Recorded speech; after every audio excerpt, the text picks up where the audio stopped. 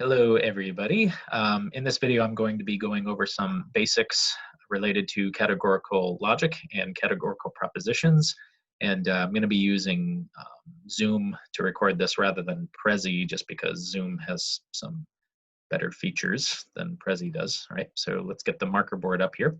Okay, now, what we use categorical propositions for is related to categorical logic.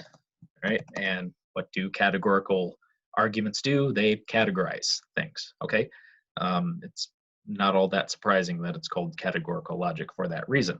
Okay, now, but what categorical logic does is it categorizes terms into classes, okay?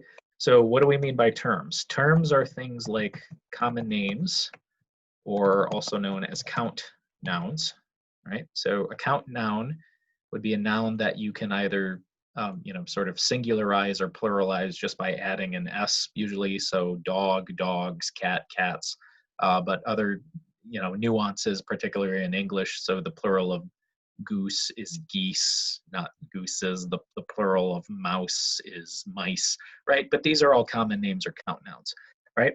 And then we have descriptive phrases.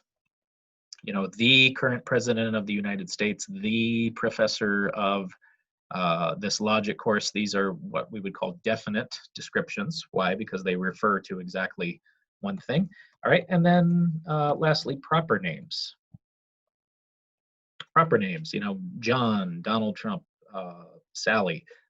These are terms as well. Okay, so the difference between a term and a non-term is that a term can actually function as the subject of a sentence. So adjectives and adverbs and prepositions, these are not terms, okay? Now, the other thing we need to talk about here is what are called standard form categorical propositions, okay? Now, every system of logic that we use has what we could call a formalized grammar to it. So just as there are nitpicky rules of grammar in any natural language, there's also nitpicky grammatical rules in any logical system. So the formal grammar of any logical system tells you what kinds of things can and cannot be translated properly in that given system of logic. All right, so every system of logic is going to have a syntax, like a proper ordering of things. We'll get into that when we start talking about categorical syllogisms, and a sort of a semantics, like what individual token things mean. Okay, now, so whether or not an argument is in standard form or propositions are in standard form, that won't necessarily change whether the argument's deductively valid or deductively invalid, but it can lead to ambiguity, okay? So for example, if we take this statement, roses are red, okay? This would be a non-standard form categorical proposition, really. Why? Because we're categorizing one class of things, roses, into another class of things, red things in particular. But you'll notice two problems here. So one problem with saying roses are red is that we have an unexpressed quantity. So, right, how many roses are we talking about here? Okay. Now, so since it's an unexpressed quantity, we need to employ sort of a principle of charity here in determining what this means. Okay, so if somebody says to you, roses are red, and you interpret that as all roses are red, okay, well, if you interpret it that way, then what the person is saying is clearly false. So it's false that all roses are red. Now, but when we just make a general statement like roses are red, it's best not to treat it as like a universal generalization. All roses are red. Why? Because then it would be false. Now, but it also seems we're saying something more than some roses are red. So that comes out true, but all the word some means is there is at least one. Okay, so when we say roses are red, it seems like we're not saying all roses are red, but we're also saying something more than some roses are red. So that's one problem. Okay, the second problem that we have is that red is not a term. Okay, red as it stands here it can't stand as the subject of a sentence, or it can't stand as a predicate object here. Okay, so if we wanted to translate this as a standard form proposition, we would have to say something like some roses are red things.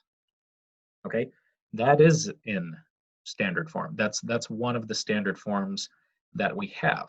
Okay, now other problems related to standard form propositions might be something like this. Let's say he always buys me flowers on my birthday. Okay. He always buys me flowers on my birthday. Okay. Now, how we would go about translating something like this categorically, the clue is here. So with the word always, what we are doing is we're actually quantifying over times, right? So he always buys me flowers. So how many times? Well, all times, right? All times that are what? All times that are my birthday. Okay, so what's going on categorically here would be something like this. All times that are, that are my birthday are times that he buys flowers. All times that are my birthday are times that he buys me flowers. Okay. Now you can see here why it's probably best that we don't speak in standard form categorical language all the time. Why? Because it would take way too long to communicate. Okay, so if we're given a statement like this, which is not written in standard form, we can very easily translate it in standard form. Okay, so anytime, any instance where we're talking about times, he always, or she sometimes, or never, in our translation, we need to make sure that we're actually quantifying over time with our translation. Okay. Now, the last one I'll mention here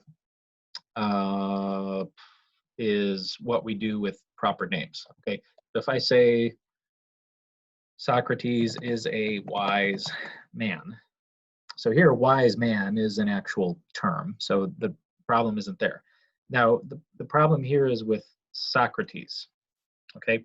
Now, anytime that we use a name, we are talking about one and only one individual. So when I say Socrates is a wise man, I'm not saying somebody named Socrates is a wise man. I have a particular person named Socrates in mind. Okay.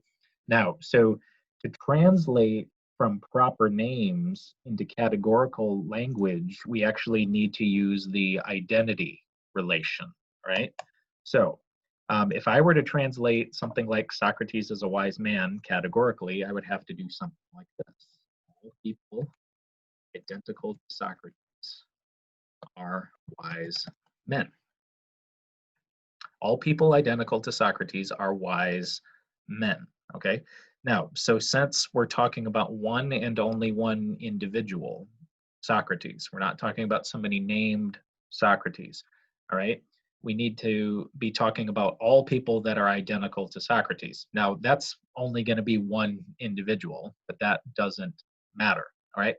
So, since we need to include a quantifier, it wouldn't make any sense to say all people named Socrates are wise men. That would be false. I'm sure there are plenty of people named Socrates that actually are not wise people or wise men, right? So, but since we have a particular Socrates in mind, that's why this would need to be translated using the identity relation. Okay. Now, but as far as the actual standard forms go, there's only 4 standard form categorical propositions. And what we do is we give each of them a letter. All right. So capital letter A is any proposition of the form all S are P. Okay. Now, so technically what this means is that every individual member of S is also a member of P. All right. So for any two classes of things, S and P, whoops, let me move this over here. All right. So for any individual class of things, S and P, every individual member of the S class is also going to be a member of the P class. That's logically what you're doing when you say all S are P. Okay. Now, the capital E stands for no S are P. So no individual members of S are also individual members of P. All right, so if two classes of things, S and P, don't overlap at all or don't intersect at all, to use the sort of technical language, that means that these two classes are excluded from each other. So no member of S is a member of P, and it's also the case that that all members of P are also not members of S, right? Okay, now the I statement stands for some S are P. So what this means is there is at least one member of S, which is also a member of P. So there is at least one. Okay, now, and this can be confusing. That is all that some SRP means. So the word some just means there is at least one. So if all the members of S are also members of P, then clearly there's at least one member of S who is a member of P. So all SRP is consistent with some SRP, okay? So some SRP is compatible with exactly one member of S being a member of P. It's also compatible with more than one member of S being a member of P. So there is at least one member of S, which is also a member of P, is not the same thing as saying exactly one member of S is also a member of P. Those are two different kinds of statements. Okay, and then lastly, we have the O statement. Some S are not P. So there is at least one member of S, which is not also a member of P. So for any two classes S and P, there's at least one member of the S class, which is not a member of the P class. Okay. All right. Now, but if you notice these four standard form categorical propositions, you'll notice that each of them has certain properties to them. Okay, so first of all, each of these propositions has a quantity, either universal or particular. Okay, now, but each one also has a quality, either affirmative or negative. Okay. Now, so whether a proposition is universal or particular depends upon the number of members of a class that we are talking about. Okay, so when I say all S's, right, I'm talking about every individual member of S. So that's universal. When I say no S's, I'm talking about no individual members of S, and I'm also talking about all the individual members of P. So no individual members of S, no individual members of P. Okay, now the particular ones, they're just talking about at least one member of a class. All right, and then affirmative, so all of them are, or some of them are, and then negative, none of them are, or some of them are not. Okay, now, so this is really important here. What you also should notice is that none of these propositions have a qualifier to them, okay? So the quality of a universal statement is actually determined by the quantity. So all and no already have qualities built into them, right? Now, for a particular statement, whether a particular statement is affirmative or negative is determined by what we call the copula. So are and are not, right? Now, and this is something we'll be doing next week in logic class. If you need to change the quality of a universal, so if you're starting with an affirmative and you need to change it to a negative, you would change the quantifier. So if you're starting with all, you would change it to no. If you're starting with no, you would change it to all, okay? Now, but if you need to change the quality of a particular statement, you wouldn't change the quantifier. Why? Because the quantifier is the same, word sum. So to change the quality of a particular, you change the copula. If you're starting with R, you change it to R naught, and if you're starting with R naught, you would change it to R. Okay, so once again, if you have a universal proposition and you need to change the quality, change the quantity. So if it's all, change it to no. If it's no, change it to all. Now, if you need to change the quality of a particular statement, change the copula. If it's R, change it to R naught. Okay? Now, the last property that these kinds of propositions have is distribution. Okay? So what is being distributed in these classes of terms are individual members that are denoted by those terms, okay? So when we talk about distribution, this is what we mean. A given term is distributed if we are talking about every individual member of a class that is denoted by that term. So to say that a given term is distributed means you're talking about every individual member of a class that's denoted by that term, okay? Now, so if I have a statement like all dogs are animals, all right? Well, I'm talking about every individual dog. So every individual member of the class dog is being captured by quantification here, okay? So each one of these statements, the A statement, the E statement, the I statement, and the O statement distribute different terms here, okay? Okay, so for the A statement, only the subject term is distributed.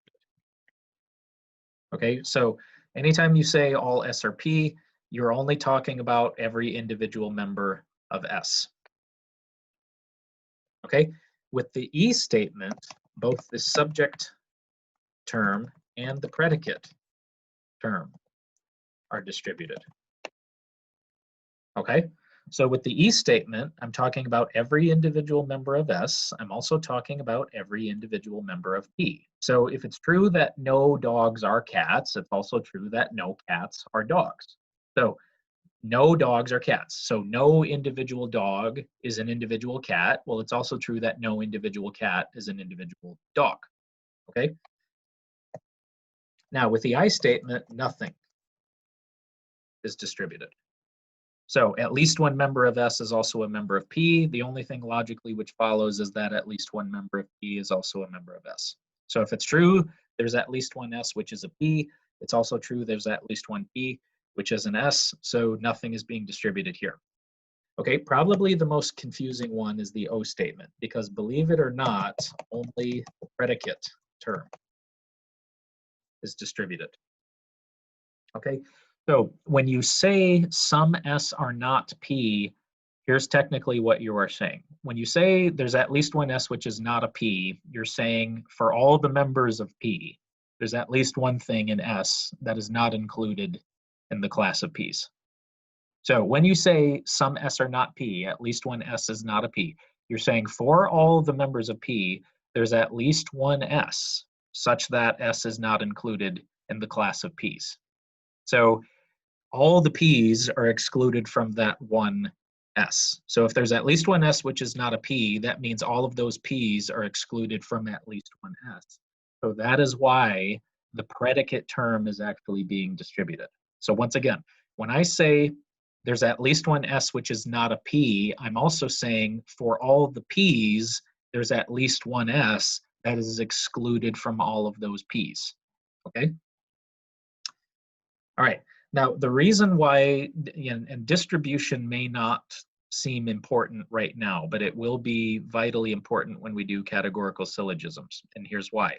When it comes to categorical syllogisms, there are certain distribution rules that need to be followed in order for those arguments to be valid. So if you memorize the distribution rules and you memorize which terms are being distributed in which kinds of statements, you can just look at a categorical syllogism and be able to tell automatically if it's valid or invalid just by memorizing the distribution rules. Okay, so I don't want to get too far ahead, but let me give you an example here. Okay, so if I have a proposition of the form all PRM, all SRM, therefore all SRP, okay? So all PRM, all SRM, therefore all SRP. Okay, P is being distributed here, S is being distributed here, and S is also being distributed in the conclusion. Okay, now this term M, what's called the middle term, all right? One of the rules for validity is this. One of the rules for validity is that the middle term must be distributed at least once.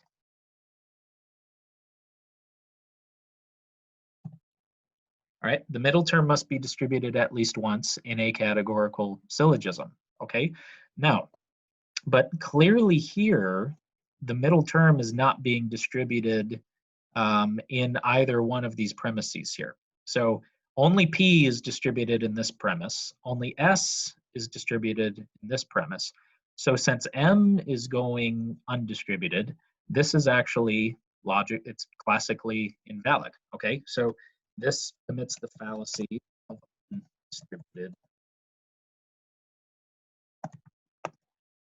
undistributed middle, whoops, I can't type, undistributed middle term, right? So since the middle term in a categorical syllogism has to be distributed at least once, you can notice that in both the premises, the middle term is the predicate term of both premises. So this is logically invalid automatically.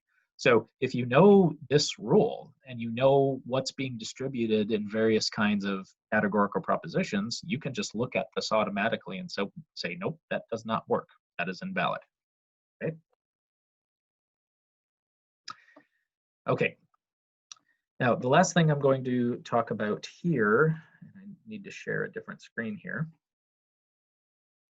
is known as the traditional square of opposition. Okay, so what is the square of opposition? Well, before I get to that, I should probably talk about what it means for propositions to be opposed. Okay, so two or more propositions are opposed to each other if they have the same terms, but they either differ in quantity, quality, or both. Okay, so two or more categorical propositions are in opposition or are opposed if they differ in quantity or quality or both, but they have the same terms. Okay, so all dogs are cats is not opposed to no table lamps are things that make good babysitters. Why? Because they're not talking about the same classes of things. Now, but all dogs are animals and no dogs are animals.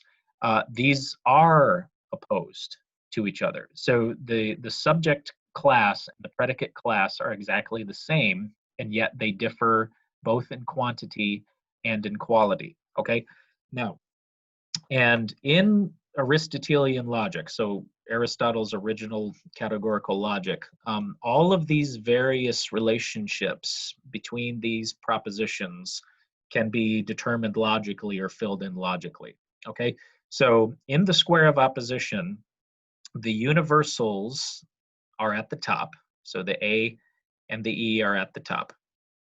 The affirmatives, the A and the I, are on the left-hand side. The particulars are on the bottom, so I and O, and then the negatives are on the right, the E and the O, okay? And again, in traditional logic, there's a relationship that holds between the A and the E, between the A and the I, between the I and the O, and between the E and the O, and then obviously diagonally between the A and the O. Okay, now, and this is contrasted with what's known as the modern square of opposition or the Boolean square of opposition, because in the Boolean square or the modern square, the only relationships that hold are these diagonal ones. So in modern logic, there's only a direct logical relationship between A and O, and also between I and E. So what we use the square of opposition for is to determine truth values of other propositions based on what we're given, okay? So what are these various relationships? So the first relationship is the contradictory relationship, okay? Now, if two statements, and this holds between the universal affirmative and the particular negative, it also holds between the particular affirmative and the universal negative. Okay, so if two statements contradict, that means if one is true, the other is false, and if one is false, the other is true. So if two statements contradict each other, that means if you know that one of them is true, you know the corresponding one is false. And likewise, if you're starting with one is false, you know the other one is true. So if two statements contradict, they can't both be true, and they also can't both be false. Okay? So since this holds diagonally, if you know that A is true, you know automatically that O is false. If you know that O is true, you know that A is false. If you know that A is false, you know that O is true. All right, and likewise for the I and the E. Okay, now, and what this double arrow means is that it's a symmetrical relationship. So you can go from A to O, you can go from O to A, you can go from E to I, you can go from I to E. So it's a symmetrical relationship. Okay, so again, if I know that A is true, I know that O is false automatically. If I know that E is true, I know that I is false. If I know that A is false, I know that O is true. If I know that E is false, I know that I is true. If I know that I is false, I know that E is true, right? If I know that O is false, I know that A is true, so on and so forth. Okay? Now, and again, in the modern square, this is the only relationship that can logically be determined based on what is given. So in modern logic, knowing that all SRP is true doesn't tell you anything about whether no SRP is true. That is not a relationship that can logically be determined. Likewise, if you know that I is true or I is false, you can't determine anything about O, okay? Okay, but in traditional logic, the relationship that holds between A and E is known as the contrary relationship. Okay, so the rule for the contrary relationship is that at least one must be false, and they cannot both be true. Now, but if two statements are contraries, that leaves open the possibility that they are both false. Okay, so I mean, and this is a common error in reasoning that people make. This is a very common error in reasoning that people make. Okay, so let me get the whiteboard back out here. Where did you go, whiteboard? For some reason, it's not letting me do that.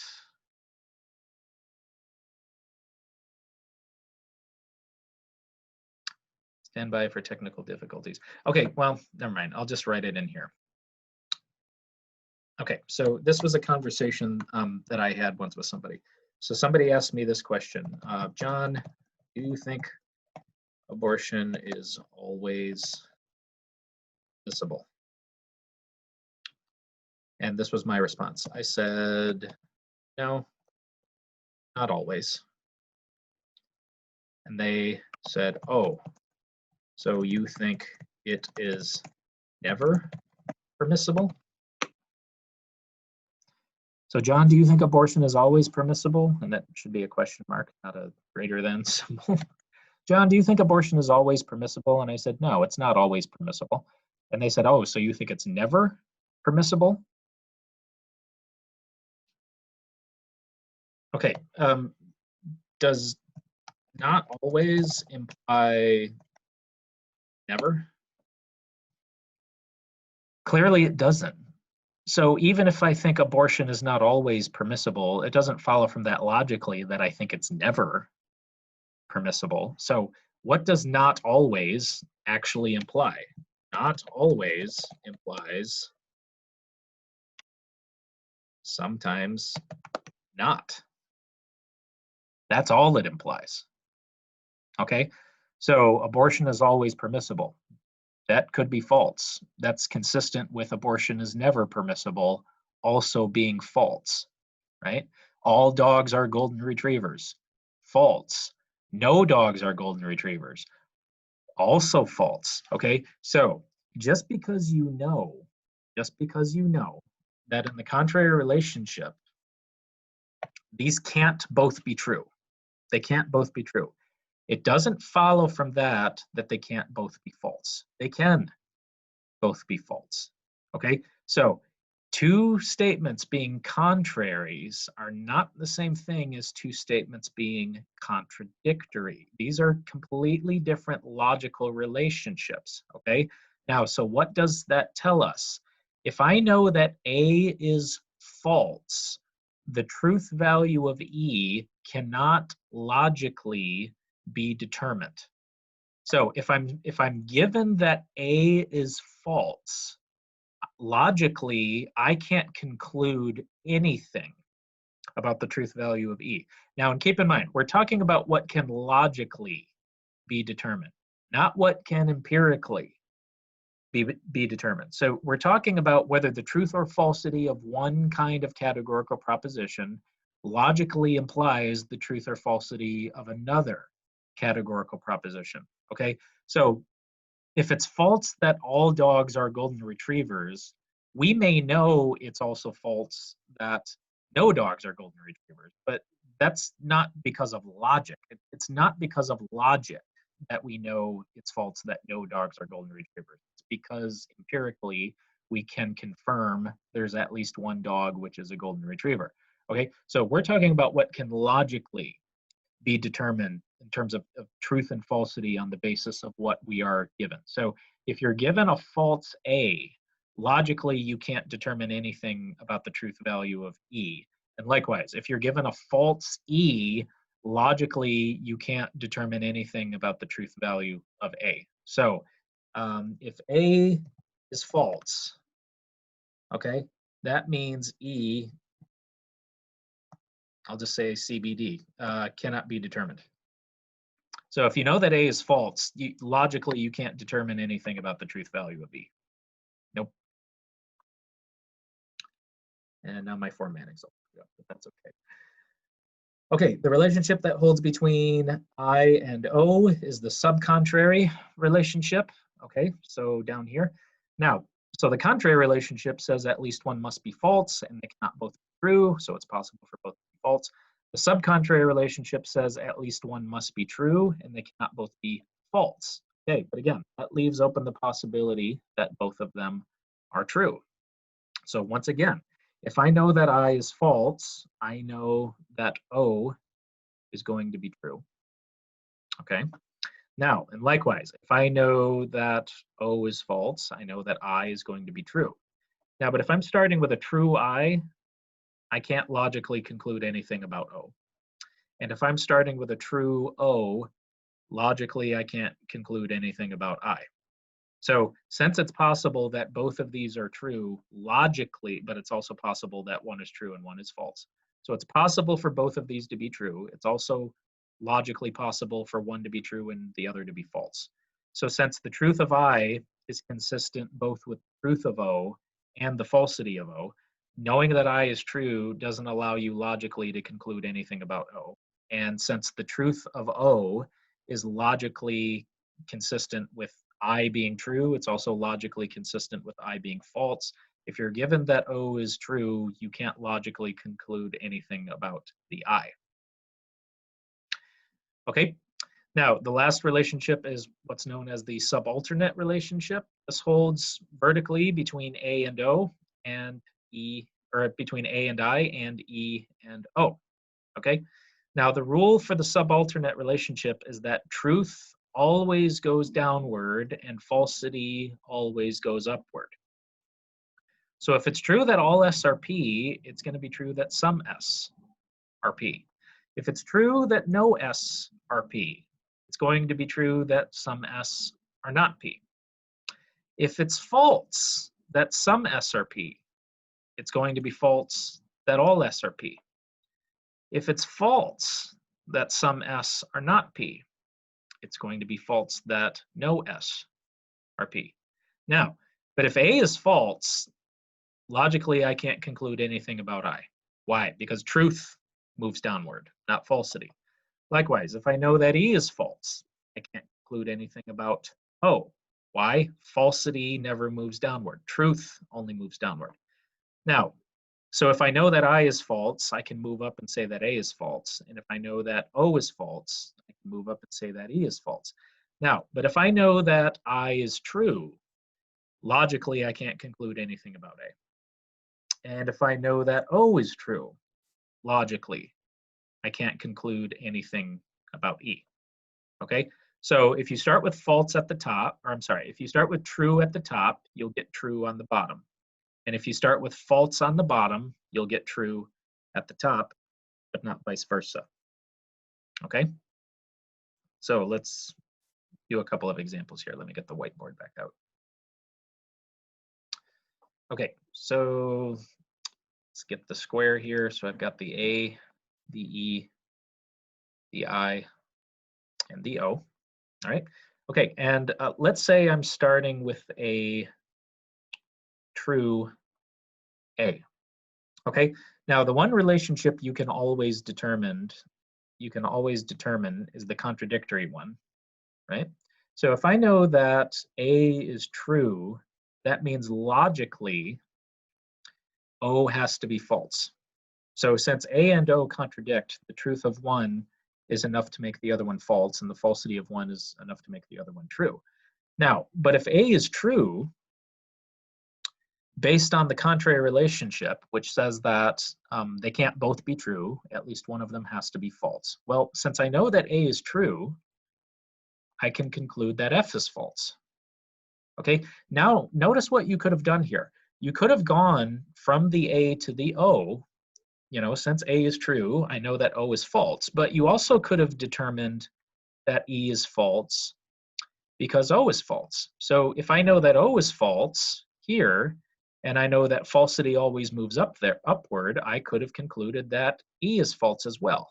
Okay, now, and with the I, since one of these has to be true, since I know that O is false, I can conclude that I is true by the subcontrary relationship. I could also conclude that I is true by the subalternate relationship. I can also conclude that I is true based on contradiction with E.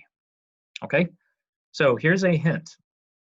If you're starting with truth at the top of the square, you can always fill out the entire square, traditionally. Now, if you're starting with falsity at the bottom, again, you can always fill out the square. However, if that's switched, there's my mouse, there you are.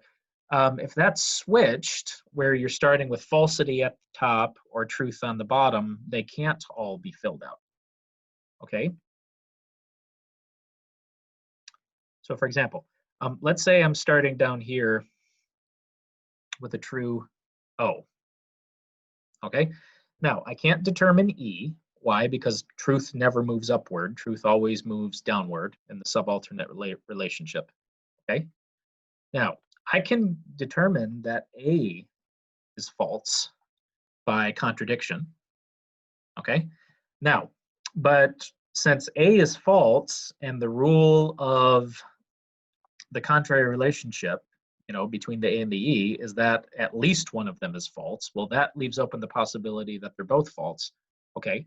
So I can't logically determine the value of E, right?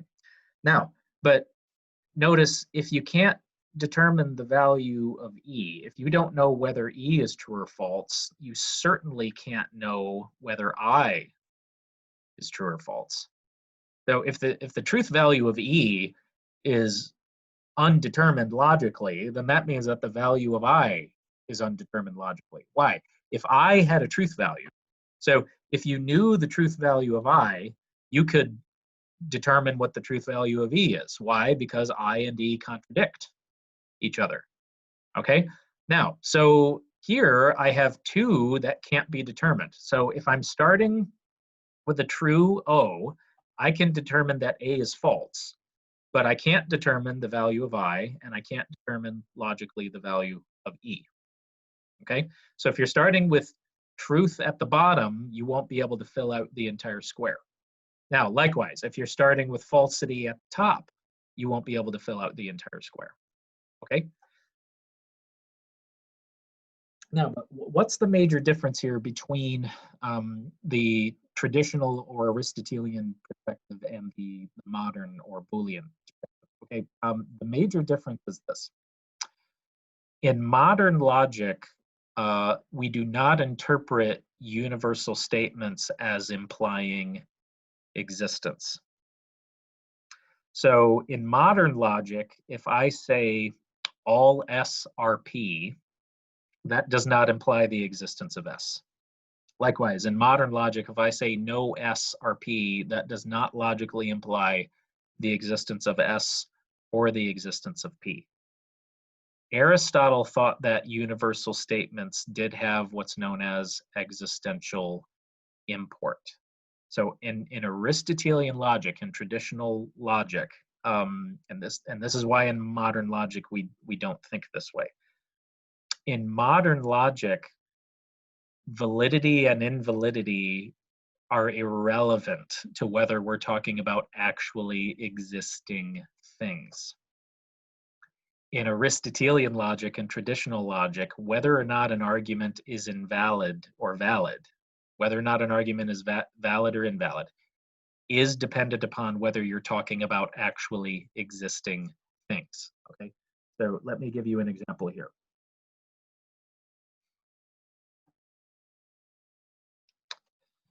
All right.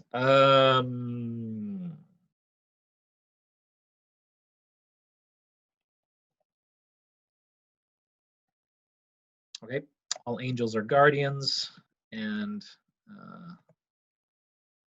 all guardians are virtuous beings. Okay, so some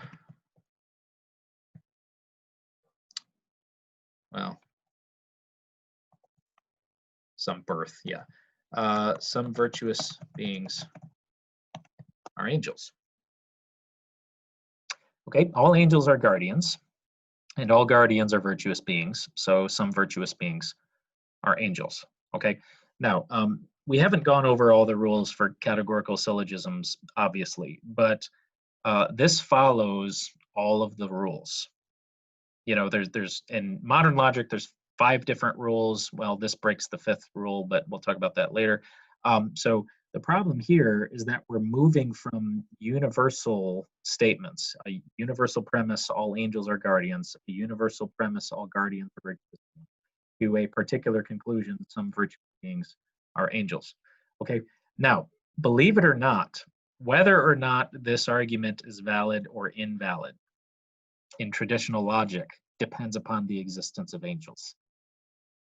So, in order to know whether this argument is valid or invalid, we would have to be able to prove the existence of angels.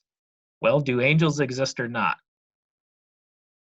Okay, now, so this argument in traditional logic,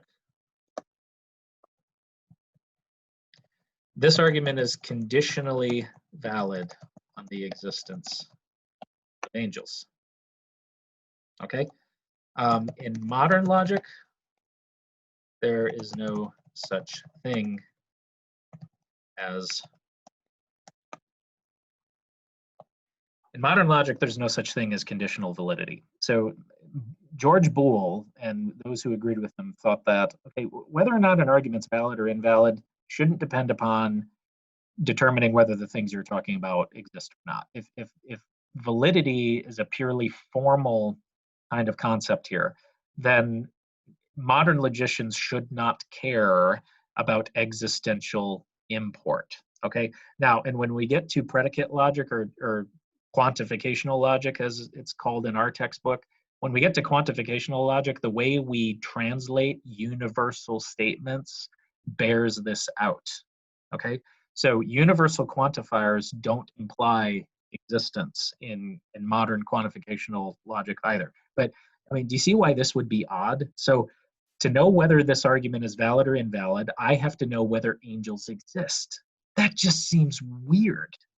It just seems weird that whether this is a valid argument or an invalid argument could at all be conditionally valid on what actually exists. So that is why in modern logic, we don't care.